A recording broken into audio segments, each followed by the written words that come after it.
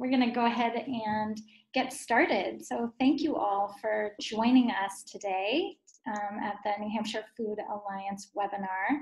Our topic today is food waste diversion. Those of you who are not familiar with the Food Alliance, we are a statewide network that brings together folks from across food system sectors to create a food system that works for all here in New Hampshire. We've got working groups working on policy, land resources, food access, education, market development. And we don't currently have any working groups doing food waste diversion or looking at the issue of food waste, but we know that it's an issue that's really important here in New Hampshire as it is across the world. And we have a lot of network partners who are working on food waste diversion. And so we're really excited today to get to explore this topic in more detail. A couple of just housekeeping issues before we get started and introduce our presenters today. Once again, thanks to Reagan for the suggestion. If folks want to go ahead in the chat function and type out where you're from and maybe what your position is or what your interest is in this topic, that would be great. That's helpful for all of us to know who's coming from where, and it's always great to see people not just from New Hampshire but from all over the place. Stacy, are you? Yep. Okay, thanks. Erin. So our first presenter today is Reagan Bissonette, and she is the Executive Director of the Northeast Resource Recovery Association, which is a nonprofit based in Epsom, New Hampshire.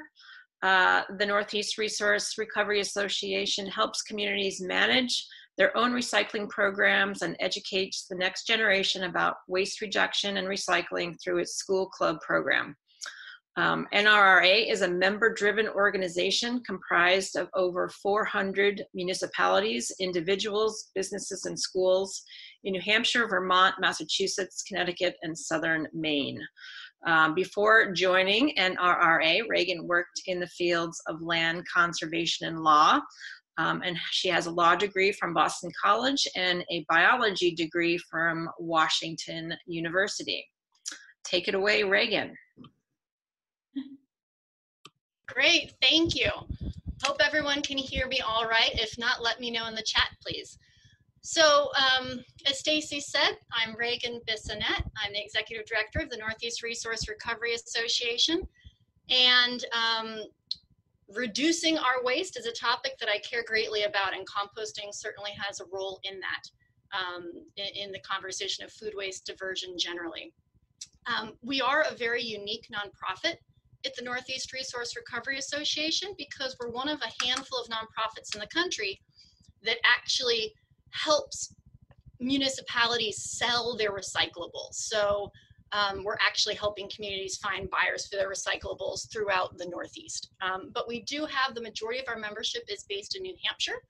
And so that's why I can speak a bit more to what's happening in New Hampshire with respect to composting and dealing with food waste diversion. So before we dive in, I just wanted to give a brief overview of what I want to cover today. And I'd like to start with providing you all with a brief context nationally of what's happening with food waste. And then we'll dive into an overview of the key laws and regulations in New Hampshire related to composting organic matter, including food waste. And then finally, I'll talk about some possible policy changes that we could support in New Hampshire that might increase more diversion of food waste.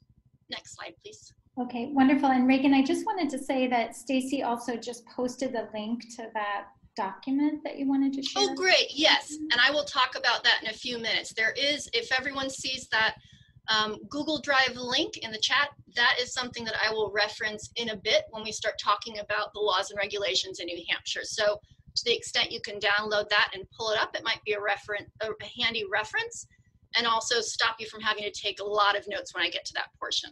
Great. Thank you. So to start off with, I put up this chart because what it shows is based on EPA estimates, the Environmental Protection Agency, of all of the municipal solid waste generated across the United States, which is waste generated by households, by individuals, this is a snapshot of what we tend to see in our waste stream. And the big takeaway I want to point out is that food is estimated to take up about 15% of our waste stream, and yard trimmings and materials another 13%. So what that means is over a quarter of all the waste that is generated by households in the United States could be composted. Could be is the main word there. Next slide. So unfortunately, the EPA estimates that of that 15% food waste from the entire whole of the waste we're generating, only 5% of that food waste is currently being composted. And what that means is that most of the food waste, the vast majority of the food waste in the United States is being landfilled or incinerated, and primarily landfilled. And I trust you all are aware of some of the problems with landfilling food waste, but I'm just going to highlight 3 briefly. So why is landfilling food waste problematic? One reason is environmental reasons. So landfilling food waste produces methane gas, and that is a greenhouse gas that contributes to climate change. Ideally, we would not have food in our landfills. 2, there's a financial reason why landfilling food waste is problematic, and that's because waste in the United States is disposed of based on weight. And so food waste is rather heavy compared to other materials that might be in your waste stream. And in the Northeast in particular, we have the highest cost of disposal compared to the whole rest of the country. And that is simply because the Northeast has the least amount of available space for expanding or building new landfills.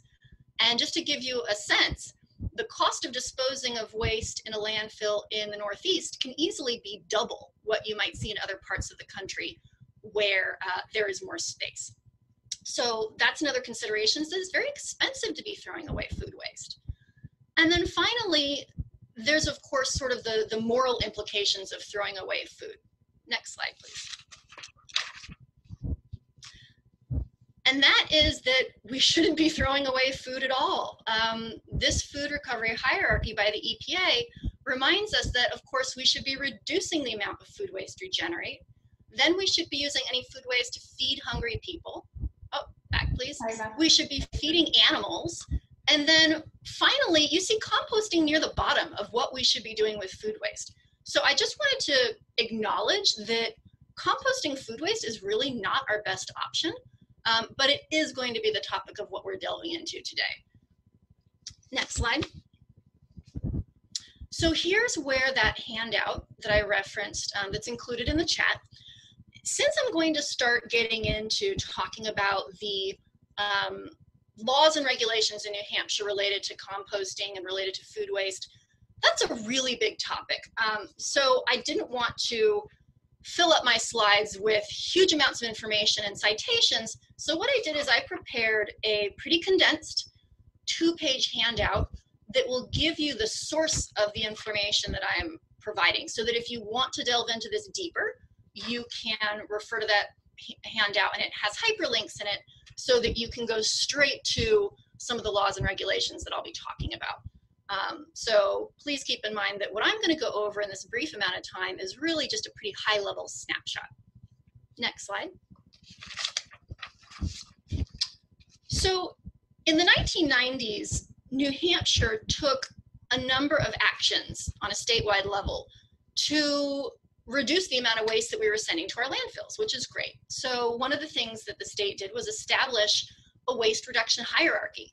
And you'll notice this looks kind of like the hierarchy of what we should be doing with food. So ideally with waste overall, we'd be reducing that waste. We'd be recycling or reusing. We'd be composting. So you see composting is in there, but it's certainly not the first choice.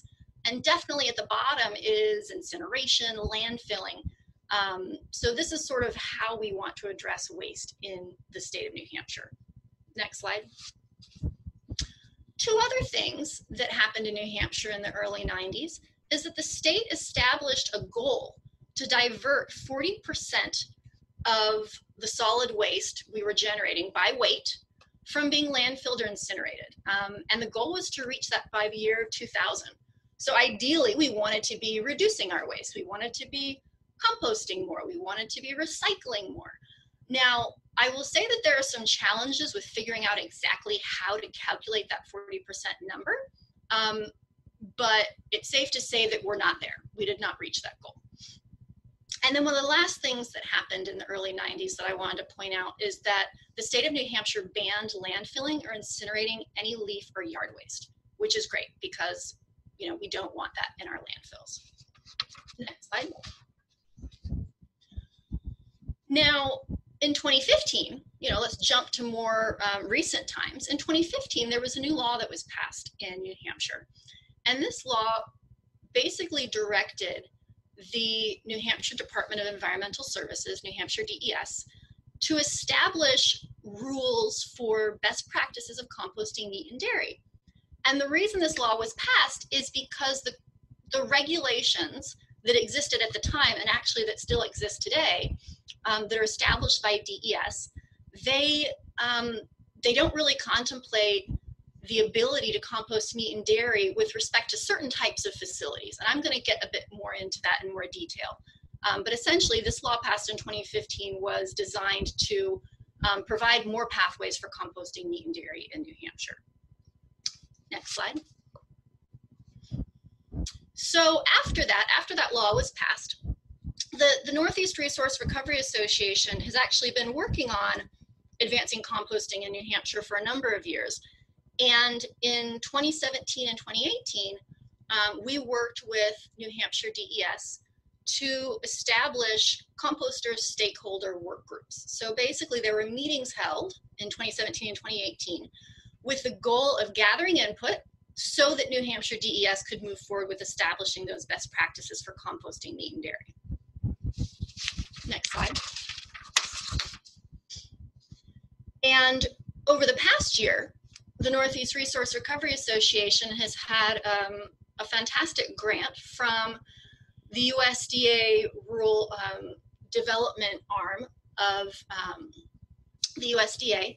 And it was a grant-funded program that enabled us to do a variety of things, including hosting full-day regional workshops in New Hampshire, as well as in Vermont and Massachusetts, that basically would help educate solid waste facility operators, schools, and businesses about how to divert organics from landfill, basically talking about composting. Next slide. So let's jump into where we are now with the regulations in New Hampshire related to composting and specifically related to composting food waste. So there's basically, when you look at the permit options for composting in the state, there's three main categories. Next slide. So the first category of permits is actually, it's who's exempt from a permit. So if you want to compost at your home, or you're a school, or you're a farm, you do have the ability to compost in New Hampshire. You can compost your yard waste and food waste that's generated on site, although that food waste cannot have meat and dairy. And as I said, there's no actual permit for this. So this is a permit exempt category. And essentially this is for, you know, I've got a compost bin at home. I can put my yard waste into it. I can put my food scraps into it. I will admit that I have occasionally put small amounts of meat and dairy in my home compost bin. I haven't had any problems with that, but, you know, technically we're not supposed to be doing that based on the way the regulations are established right now. I will talk about some pathways to composting meat and dairy after I review these current permit types. Next slide. So the second permit type is kind of a big one. So this is called permit by notification. And this applies to facilities that receive 30 tons or less per day of waste. And typically what we're going to see here in New Hampshire is that that's going to apply to things like your publicly owned local transfer station, your recycling center. It could also apply to small food composting facilities. And in this case, with permit by notification, facilities can compost up to 20% of food waste. And then they can mix it with yard waste, animal manure, you know, other types of things that can be readily composted. But the restriction is that the source of the waste coming into those facilities, it can only come from limited sources. And so it can come from a retail food outlet, it can come from a commercial or institutional kitchen, or it can come from a food processing operation. But that food waste cannot include meat or dairy under the current regulations. And so, for example, if you think about your local transfer station, this can be problematic because your transfer station is probably going to be taking in food scraps if they want to. They're going to be taking it in from their residents. And so that is a bit limiting at the moment. One of the benefits of permit by notification is that it doesn't require an in-depth technical review by New Hampshire DES, because essentially the facility is just going to certify that they're complying with the regulations, and there's no cost to apply. So a lot of local transfer stations have this type of permit.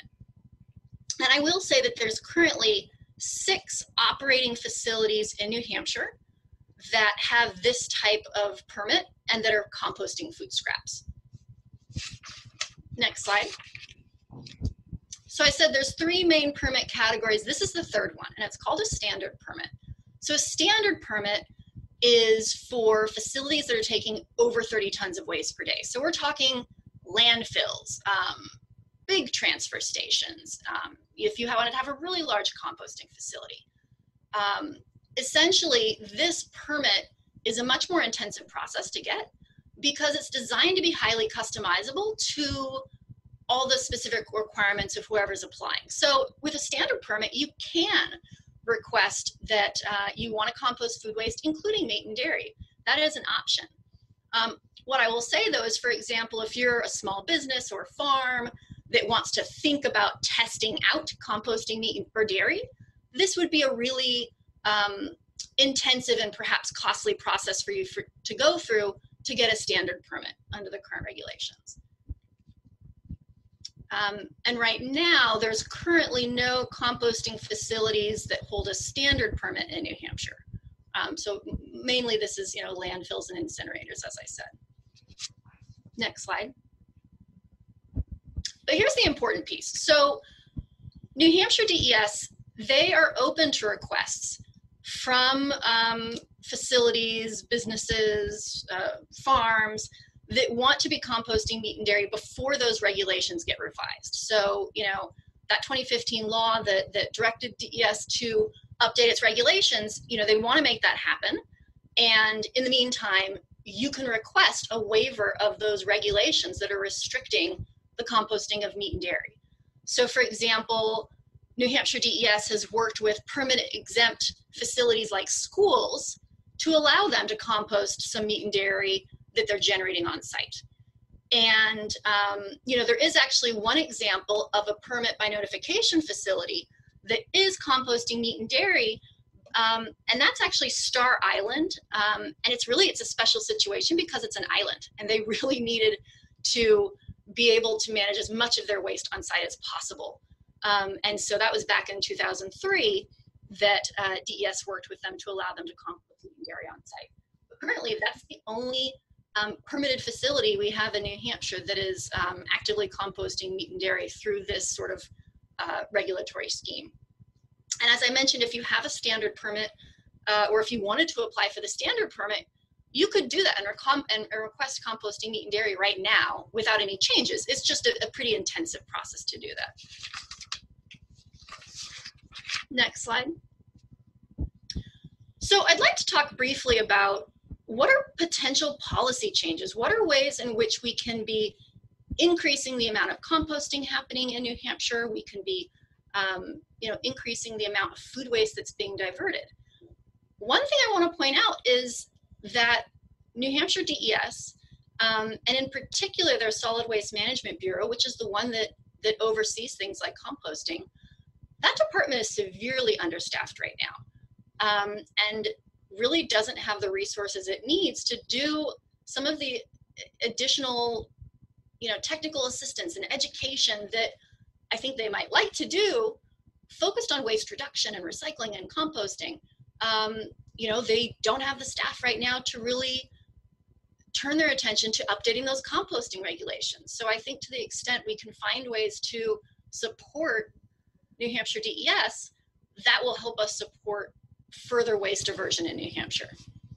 Next slide. And this is kind of a big one, but I want to point out that there are a number of states surrounding New Hampshire that ban food waste from landfills. So Connecticut, Vermont, Massachusetts, Rhode Island, they all have some type of law that bans, certain food waste from certain food waste generators from landfills. And I'm saying certain because there are a lot of caveats here. They're not outright bans, but it's a start. And I realize that could be a big lift in New Hampshire, but I just want to point out that other states are doing it. And perhaps that's something that could be in the future for New Hampshire. Next slide. And finally, I wanted to make sure everyone is aware that there is a state recycling and solid waste study committee that is holding hearings actively right now. I actually just was at one this morning. They are tasked with looking at the challenges that municipalities are facing with respect to the changing recycling markets and managing their waste. And interestingly, they got, I spoke at that, I gave testimony at one of the earlier hearings, and one of the things we talked about was composting. So actually the committee is going to hold a hearing dedicated to composting, that topic, next Thursday, September 26th at 1 p.m. And so I'd encourage, if you're interested in learning more about what's happening at a statewide level, you could attend, you could submit comments, you could certainly get in touch with me to hear more about what's going on with that committee. But I think it's really important that that committee is turning to this topic. And it's an opportunity for us to take some action to let our elected officials know that we want to see composting supported in New Hampshire, and especially composting of food waste, including meat and dairy. Next slide. And I'd just like to wrap up by adding that the Northeast Resource Recovery Association, we have an annual conference every year, which is what annual means. And next year it's going to be on May 18th and 19th. And most certainly we will be talking about composting, because our theme this year is think outside the bin. Refuse, reduce, reuse, recycle, rot. And of course, rot is composting. And so we will have workshops addressing each of these topics, because even though our organization has historically focused a lot on recycling, we really need to look at all of these 5 R's in order to reduce the amount of waste that's being generated, and especially reduce the amount of waste that's going to landfills. Next slide.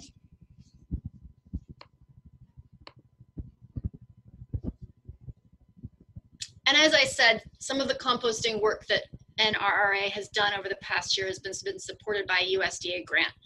So I just wanted to acknowledge the support that they've given to help us focus on this important issue.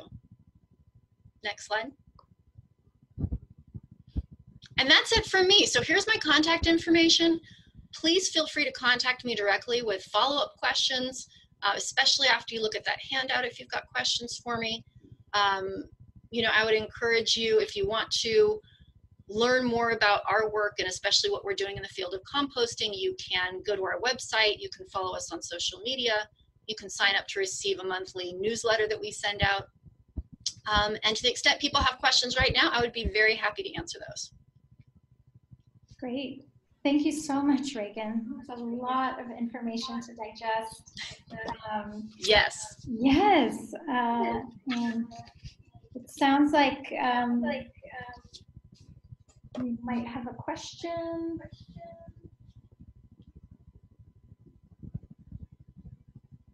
Yeah, if folks have questions, feel free to go ahead and type them into chat.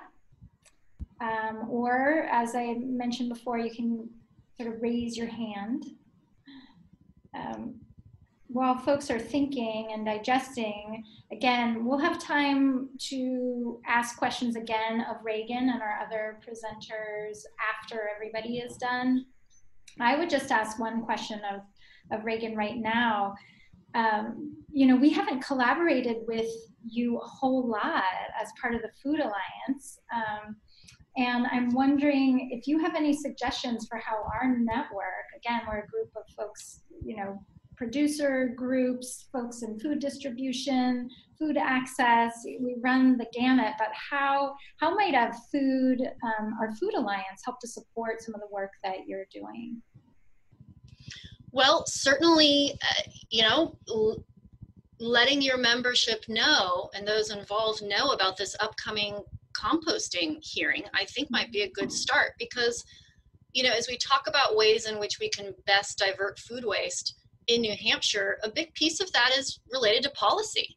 And so I think, and I will say that historically, NRRA has not been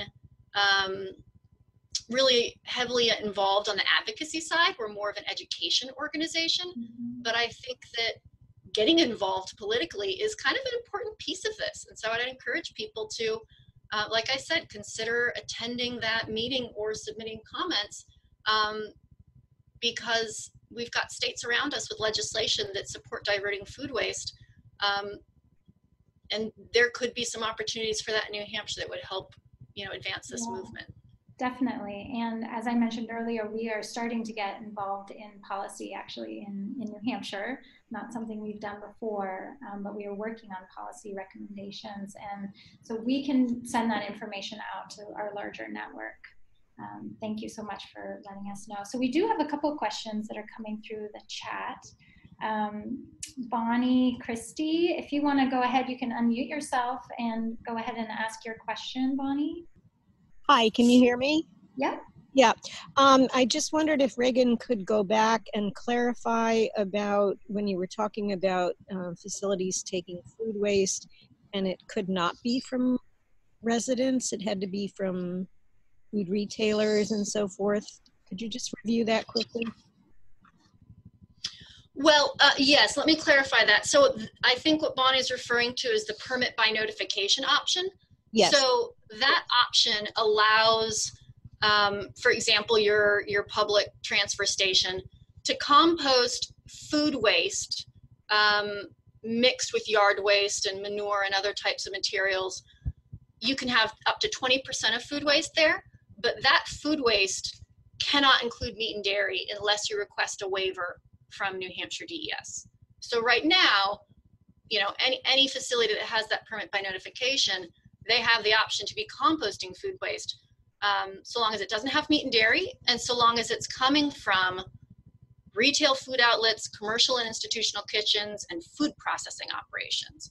And the point I was making is that since typically your local transfer station is usually taking in material from residents, that would mean that that doesn't really fit that model very well under the current regulations. But as I said, there are opportunities to request a waiver so that a local transfer station could actually accept food waste, for example, from its community members. Okay, thank you. Great. So I know we have a bunch of other questions and they're in the chat right now, and we want to get back to them, but we do want to make sure that we have time for our other presenters to present. We can certainly go past 1 o'clock for folks who can stay and want to continue the conversation. But I'm going to turn it over back to Stacy again to introduce our presenters from Mr. Fox Composting. And then after that, we'll have a chance to go back and ask more questions of Reagan and questions of Jenny and Sarah as well. So thanks again, Reagan, so much. And I just wanted to also introduce Stacy. She is the director of New Hampshire Farm to School, and she's also an important part of the Food Alliance as well. So Stacy, if you want to go ahead and introduce our next presenters. Thanks, Erin. So our next presenters are from Mr. Fox Composting, which is a company that provides residential and commercial organics hauling as well as composting services at events. So our presenters today are Sarah McGraw, who is the residential, is with residential and operations and compliance with Mr. Fox. Sarah's been in waste management for 3 years. She attended the Maine Compost School and consults with municipalities about compost facility planning. She was a UNH grad with a degree in environmental conservation, and as relatively new to Mr. Fox, she's excited to be working hands-on in residential organics and educating the communities about the benefits of composting. So Sarah is co-presenting with Jenny Humphrys, who is the operations manager for Mr. Fox.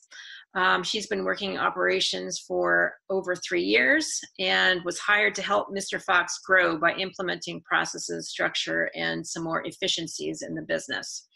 She graduated from Ohio Wesleyan and is working on getting a human resource management certification through the University of New Hampshire. So Sarah and Jenny will be talking about why their model works and how it is helping more Maine and New Hampshire communities divert organics from the landfill. Welcome, Sarah and Jenny.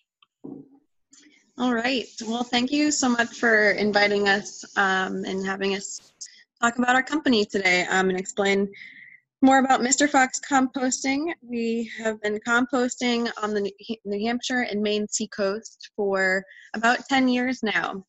So we've improved over time the model, and we'll talk about what we do and you know, how it's been working on the seacoast for us, and that we also we operate our compost facility out of Maine. So we're not in New Hampshire with our compost facility, but we're not too far away in Maine. Next slide, please.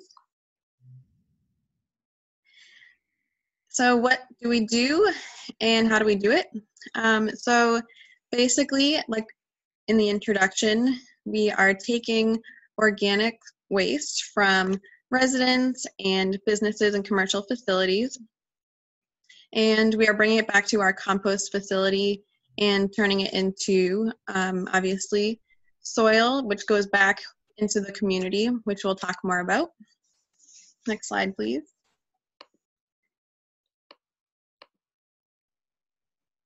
And so what about restaurants, schools, and commercial facilities? So if you can go to the next slide. So we service, on the commercial end, we'll service restaurants, bakeries. We go to many schools throughout the seacoast, churches, and also community centers. And some of our example service areas include those listed there. So Madbury, Portsmouth, Kittery, Rye, Ogunquit, York, Exeter, Lee, New Hampshire, Dover, Hampton, Hampton Falls, Somersworth, Berwick, South Berwick, Durham, and Newmarket. And these are all between New Hampshire and Maine communities. So we go in between states, taking organic waste from New Hampshire and we're taking it to our Maine facility. Jenny, did you have anything else to say about the commercial end? Yeah, so our commercial business is growing rapidly, and it's one of the areas where we find a lot of businesses are becoming more sustainably focused, and so they're reaching out, and our model is pretty much, our motto is we just want people to compost. So we are really flexible in what we can do for different businesses. We offer variations on pickup days and size of bins and all sorts of things, because we really just want people to start composting, and then as they go, they realize how it cuts down on their waste in general, and they're able to kind of give back to the planet. So that's really cool. Next slide, please. Mr. Fox, we also, we do events, and this has actually, as of this summer, it's really taken off, which is really kind of exciting. I think climate change and just food waste and realizing what we're doing, more and more people are trying to be more eco-friendly. And so as of this summer, starting in July, we had 1 to 2 events almost every weekend up until actually almost into mid-October now. So people who are hosting weddings or large family reunions. We've also had big nonprofits reach out to us. We've helped host like running race events throughout different towns, and it's really neat. We are able to bring our compost bins and explanation toppers, which you can kind of see on those bins. And then what we also offer is we sell compostable products like cups and straws that are all made out of plant-based products. So they break down when we bring them back to our facility and have it go through the composting process. So these events are trying to be more and more sustainable and single stream, where all of it can just go back into the compost pile and back into someone's garden, which is great that people are starting to think that way. Next slide, please. So what's the difference between home composting and Mr. Fox? We actually get a lot of emails from residents and just those interested in composting about what we do and what's the difference. Why can't they just put it all in their compost bin at home? And at-home composting is great. It's a great way to learn about composting and be able to put your food scraps in your backyard to help your garden. But if it's if you have a large amount, or if you're producing, weekly food waste, tons of food waste per week, that bin that you see, which is what you'll normally see in the backyard, probably won't accommodate all the food waste that you create. And like Reagan was saying, with meat and dairy, you can do it in your your at-home compost bin, but it won't be composted as well, and you probably will end up with a critter problem with the meat that's not decomposing as fast as it would in a larger scale facility. So we operate with the windrow system, which is long, about like 6 or 8 foot tall piles, as you can see on the right. And this increases the composting process because these larger piles get up to between 130 and 160 degrees. And we are mandated by laws and policies in the state of Maine, just like in New Hampshire, to have temperatures at these ranges for certain periods of time in order to kill off pathogens and vectors and anything that would be harmful to humans through doing the compost process and accepting all different kinds of organic, including food waste. So that's kind of the difference between being able to compost in your backyard and that we're able to accept a larger amount of food waste from restaurants and businesses and residents as well. Next slide. So like we were saying, we are able to compost all different types of food waste, and we're actually able to break down the compostable products, which in a backyard setting doesn't work as well. It doesn't decompose those compostable products as well. And like Jenny was saying, we also sell these compostable products to our businesses so that we know what we're getting back on our end. And it really works well for the businesses that are very interested in becoming more sustainable. We have a lot of kind of faster food businesses that have joined on, and they were really happy to be able to provide these products to their customers so that we can compost them instead of ending up all the plastic forks and the spoons and all those things that would be ending up in the landfill. So it's really become a successful program for us to be able to accept those products. And again, it's because of the heat and time that is able to break down these compostable products. They're virtually non-existent at the end of our compost process. Next slide. So we also get questions about, since we pick up residentially year-round, so we do compost throughout the winter. And again, it's because of these high temperatures that we are able to compost throughout the winter. So we don't stop. We operate 365 days a year. Next slide. So what really has become another successful program from the beginning is our residential pickup program, and we're able to operate throughout the seacoast. From that list from the beginning, our service areas, which we are being able to expand for a little bit further out than where we started because of the interest of residents that are interested in getting our services. So we So it's really easy for residents to be able to compost in their own homes. They can gather their kitchen and food scraps, and we provide them with a bin. As you can see, it's that center bin that's standing there with the compostable bag that we also provide that they can line their bin with. And it really creates a cleaner way to dispose of the food waste. That's why we give them the liner. And so they hold on to that, and we, for bi-weekly and weekly service in most areas. And it's just become a really it's become a really popular thing for residents to do, that we can just come to their curb and collect their food waste on a weekly or bi-weekly food waste basis. Next slide. So again, just to reiterate the process, it's really easy.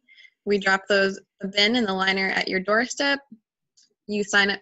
First, you can sign up online or contact us, and then we give you a list of items that we accept, and again, we pick them up on your curb.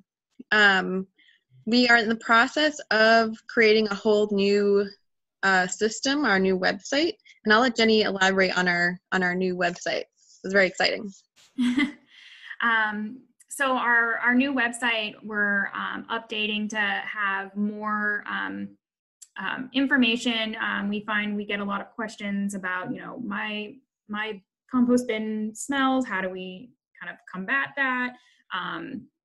All sorts of things that we have all this documentation for, but it's not necessarily accessible through our current site. So we're updating the current site to start having a lot more information readily available to anybody who wants to compost. And then with that, we are creating a very smooth sign-up process for any residents and forms for people who want to host an event or is a business and would like to sign up as well. It'll be a lot more streamlined, so we're able to quickly get back to you and have people start composting much quicker, which we're really excited about. The website will be really sleek and pretty looking as well. So overall, we're really excited. We're hoping for a launch of the new site as early as the end of October. So that's coming soon. Awesome. Next slide, please. So yeah, again, along with the new website, we'll have a list of acceptable items, because it can get a little tricky. We do get a lot of the questions about what we can put in the bin. And so you can put any meat, any meat bones, fruit with the stickers removed. Those are pesky little stickers on there. Veggies. You take brown paper towels, flowers, and floral trim from if you collect them at your home. Any dairy product, shellfish, coffee grounds in the filters, tea bags, and any certified product that is compostable. So what you would look for is that BPI label, and this is another tricky part of the process, is labeled as a number 7 PLA type of plastic. And there's different kinds of number 7 plastics out there. So that creates a little bit of trouble for us. But again, we look for that symbol, and the PLA symbolizes that it's the compostable plastic. Next slide. And what do we do with the compost at the end? So every every residential customer gets 1 free bag of compost per year. We also drop compost off at the schools that compost with us, so they get a yard of compost every year at the end. So it's a really nice way to kind of show the whole cycle to the students that are learning and participating in composting in schools. So that's a really great program. So that's where the compost goes. We also do sell it on a larger scale at this moment. Next slide. And you'll see us at farmers markets and different markets and events throughout the year. So keep an eye out for us on the Seacoast, because you might see us there with all our products and to answer your questions. So I think go to the next slide. So that is Mr. Fox in a nutshell. We are we will welcome your questions. Wonderful. Thank you so much, Jenny and Sarah. Again, we'd like to invite folks to either in the chat field, you can type your questions both for Jenny and Sarah or for Reagan again. Or feel free to raise your hand or unmute yourself if you'd like to ask a question orally as well. So I had while we're waiting, I think it takes folks just a little bit to collect their thoughts. We'll go back. I know Reagan had a lot of questions that we didn't get to in the chat function. I just had a quick question for you, Jenny and Sarah. You mentioned that a lot of schools are now becoming clients. And I was wondering, I would imagine that a lot of schools would say, oh my gosh, it's going to be really expensive to contract with you. Are you finding from the schools that they're actually able to reduce their costs for waste when they contract with you guys? Or what some other benefits are that they're finding? Yeah, I mean, we work with a wide range of schools, and even within since school has started, we're working with trying to actually sign up 3 more different school districts, which is really exciting.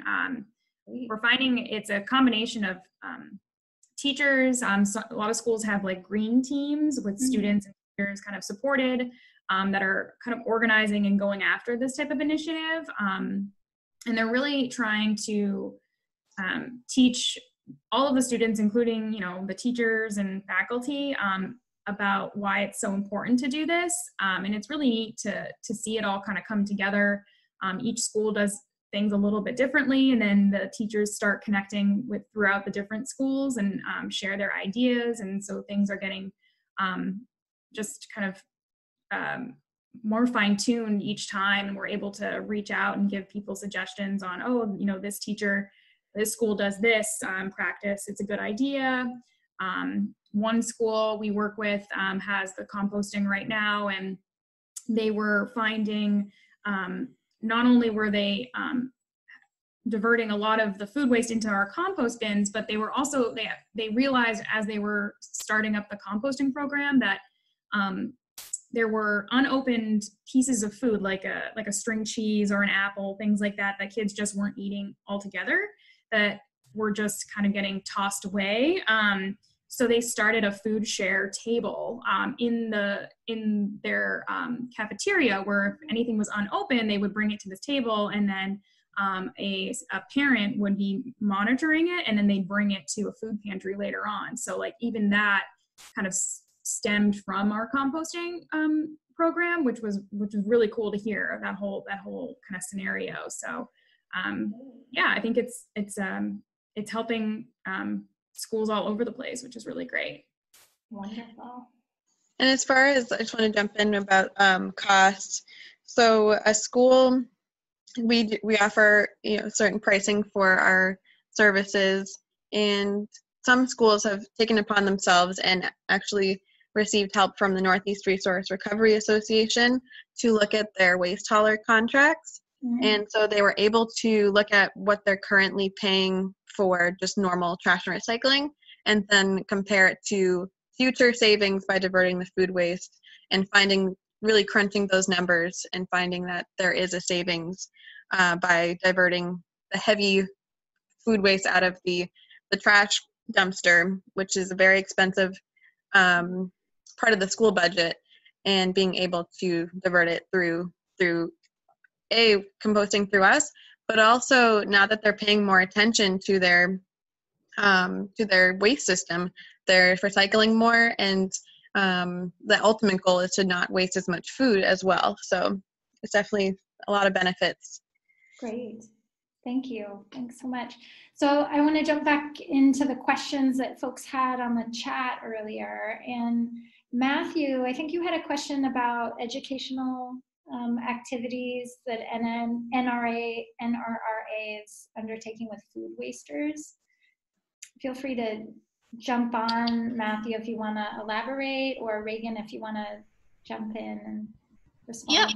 Yep, I can speak to that. So, for example, one thing that we will be publicizing soon is a where does it go map through our USDA grant program. And essentially this is going to be a map that will show for waste generators how they can get connected with food waste haulers, with companies that can compost their material, and that will be throughout New Hampshire, Vermont, and Massachusetts. So that's one way, is simply connecting waste generators to the resources to enable them to divert food waste. So stay tuned for that being up on our website, hopefully next month. Also, at our conference, for example, we will be doing a fair amount of education on waste reduction, and that is geared towards municipalities and businesses and individuals. And so those are some of the ways that we provide an educational component towards the actual food wasters. And of course, certainly, we as individuals can do a lot on our own simply to reduce our food waste. Great, thank you. Catherine Elkins had a question about if food waste is composted, does it produce any less methane gas than I guess it might in a landfill? That's a great question. Yes, absolutely. So a big component of whether or not methane gas, how much methane gas is produced, depends on how the material is decomposing. So in a landfill, food waste is decomposing without air, and that creates more methane gas. Versus if you are composting food waste, with air through like a system that Mr. Fox is using, it produces significantly less methane emissions. Great, thanks. And Robert, did you want to jump on with a question? Robert Larson? I think Robert had a question here in the chat about how the town of Whitefield is looking to do a zero waste initiative. And if you had any recommendations, I think either Reagan or Jenny or Sarah, any recommendations for where to go, either for funding, or I think that's specifically what he's looking for. They're looking for resources. Any ideas? Right. So direct funding to the town of Whitefield, I don't off the top of my head have suggestions for that, but I'll mention a few things at least that the Northeast Resource Recovery Association is doing that could possibly be helpful. We will be working on a new USDA grant program starting in October, and we're going to be focusing on helping event organizers reduce their waste at events. And so this could include, festivals in town or other public events. So that's one way in which we're hoping to help with further waste reduction. Through our school club program, municipalities who are members of NRA can have all of their schools enrolled for free in our school club program, or schools can become members on their own. And one of the things we do through that school club program is a waste audit called Trash on the Lawn Day. And essentially, the school saves all of its trash for a day, and then we spread it out on the lawn, and students help sort through their waste and do a waste audit and talk about how they could be reducing their waste, what they could be composting, what they could be recycling. So that's another thing that we have that might be helpful. As Sarah mentioned, we also provide technical assistance for reviewing a community's municipal solid waste contract or their recycling contract. And then savings like that can be geared towards other waste reduction efforts. So that's another option as well. Wonderful, thank you for those suggestions. Any other questions for our presenters today? Don't see any more in the chat. Stacy, did you have any questions at all?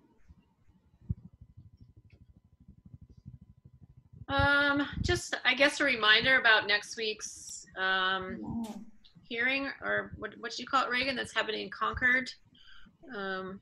Right. Link to it. Mm-hmm. Yeah. Yep, it's Thursday, next Thursday at 1 p.m. It will be in the Legislative Office Building, room 201. And I know that New Hampshire DES will have someone there presenting on probably in much more depth about the current laws and regulations in New Hampshire. So that would be great to attend. And then anyone who is interested in advancing composting in New Hampshire is welcome to attend and speak, or even just submit written comments. I think that would be a great way to advance this conversation. Great. And Bonnie, did you want to jump on? You had another question here in the chat. Just that I am interested in speaking with that study committee, and I sent a long email to Karen Ebel and never heard anything back. So don't know if it wasn't Yep. Didn't reach it, or you know, how to right. So I know that she was on vacation recently, so that might be part of it. But you know, anyone who wants to can show up and sign in to speak. So it's not like you have to, you know, get permission ahead of time. I just know that, you know, there are certain speakers that they will have kick off the meeting. I believe that DES will speak first. But anyone who wants to show up and speak, they make every opportunity to allow people to speak who attend. Okay, and I think you can also go even if you don't feel like speaking. Just going and signing in is a way to demonstrate support for the topic as well. So if you're just going and Absolutely want to learn about the issue, feel free to do that. Just bodies in the room, I think, is important too. Yep. Great. Thank you. Great. All right. Well, if there are no other questions, we will wrap it up. I'd like to say thank you again so much to Reagan and Jenny and Sarah for their great presentations. I'm sure people will probably have more questions as you digest all of this information, but thanks to Jenny and Sarah for leaving your contact information, and you too, Reagan. And we'll send all of that out along with a link to the handout, Reagan, that you provided to everybody who registered. We had about 30 people here today, but I know a lot of other people are just interested, couldn't make it. Maybe you're at the climate strike right now and want to watch the webinar again. So we'll make that available to everybody. Thank you again so much for all the work that you're doing. And yeah, we'll look forward to being in touch and maybe seeing you at the State House. Thank you for having us. Thanks a lot. Okay, take care everybody, and we'll be in touch again soon. We've got a climate series of webinars starting in October for 3 months, where we'll be talking a lot about climate and the food system, and we will send more information about that soon.